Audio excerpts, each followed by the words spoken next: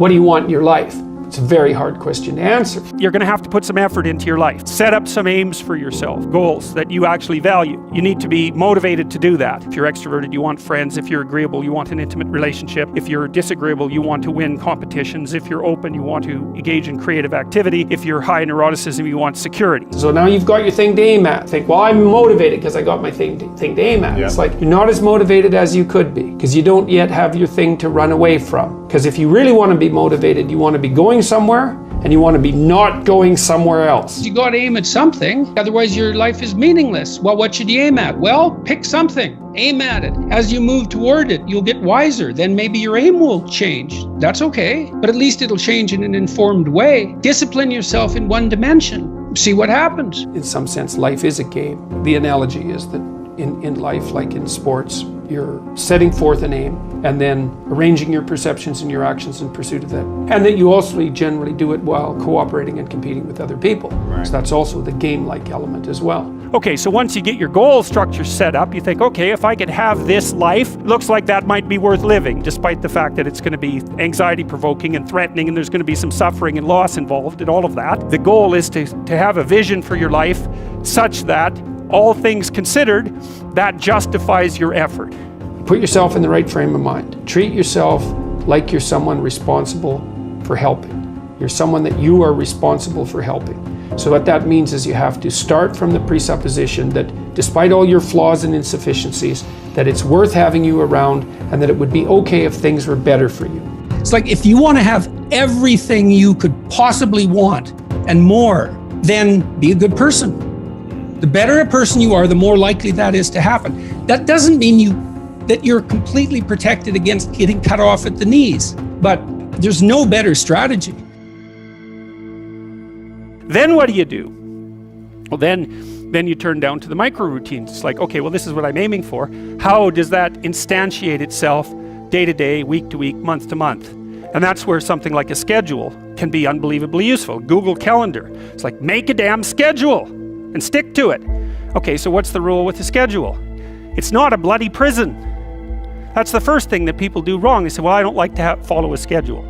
It's like, well, what kind of schedule are you setting up? Well, I have to do this, then I have to do this, then I have to do this, and then I just go play video games because who wants to do all these things that I have to do? It's like, wrong. Set the damn schedule up so that you have the day you want. That's the trick. It's like, okay, I've got tomorrow. If I was going to set it up so it was the best possible day I could have, practically speaking, what would it look like? Well, then you schedule that. And obviously there's a bit of responsibility that's going to go along with that, because if you have any sense, one of the things that you're going to insist upon is that at the end of the day, you're not in worse shape than you were than at the beginning of the day, right? Because that's a stupid day. If you have a bunch of those in a row, you just dig yourself a hole and then you bury yourself in it. It's like, sorry, that's just not a good strategy. Now it's okay, now you got your vision. You're trying to get through a territory you don't understand. And here's your option. No map, a map that's not so good but has some things about it, or a great map. Well, obviously the great map is the thing you want, but the map that's something is way better than the map that's nothing. Plus, as you explore, because of your map, you could start to fill in the details. Let's say you aim at something and you develop some skills along the way, and then you get like a third of the way there and you think, oh, that's not for me. It's like, well, yeah, fair enough, but now you've still got the skills you developed. You know exactly why it's not for you now. And then you can bring that wisdom back, even though it's not perfect, you can bring it back to your next plan. And so as you plan, you get better at planning, which is the crucial thing. So then we say to people, take your positive vision and make it into 8 stateable goals, right?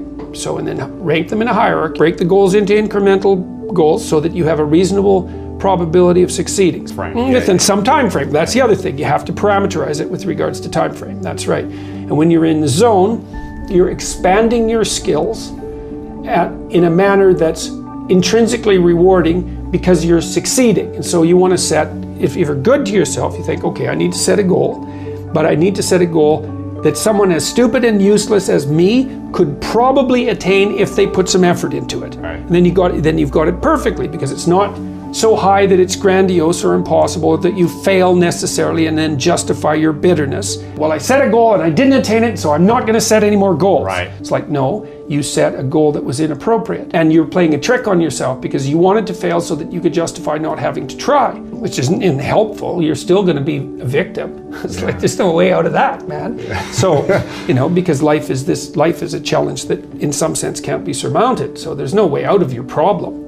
But there are certainly proper ways of dealing with it. And then the next thing is, okay, you need a rationale for them, because you're going to have doubts and people are going to put up obstacles. Why would it be good for you? Okay. Why would it be good for your family if you attain that goal? Why would it be good for the broader community? Because if it's a good goal, it should be good for you. That's fine. But if it's a really good goal, it should be good for you in a way that's good for other people. Win-win-win. Yes, exactly. And if you're going to decide what your goals are, why not set up the ones that benefit the largest number of people simultaneously? Yeah. Yes, and if you can do that, you should start with your own concerns, because you have to take care of yourself. Basic needs first. Yes, put your own Family. Oxygen mask on, then put your child's oxygen Community. mask on. Yeah, right.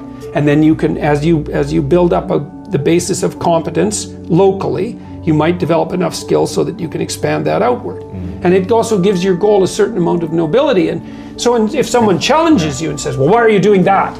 That seems stupid. You could say, I'm doing that because it helps me take care of myself, but it benefits my family, and here's the reasons why, and this is the repercussions out into the broader community. People who are putting up objections and doubts aren't armed to deal with that kind of response. Yeah. And then when you have those doubts in your mind that plague you, you say, why am I doing this? Oh yeah, it's because, well, I have to take care of myself, because otherwise I'm pathetic and useless and bitter and cruel, and then I'm going somewhere terrible, so that's a bad idea, and here's how it would help my family, and here's how it would help the community, and that's good enough set of reasons for it, unless I can think of better ones. Right. If without better ones, that's good enough. When the unknown emerges, you tend to experience anxiety. And then there's the known, and I define the known very specifically and very carefully.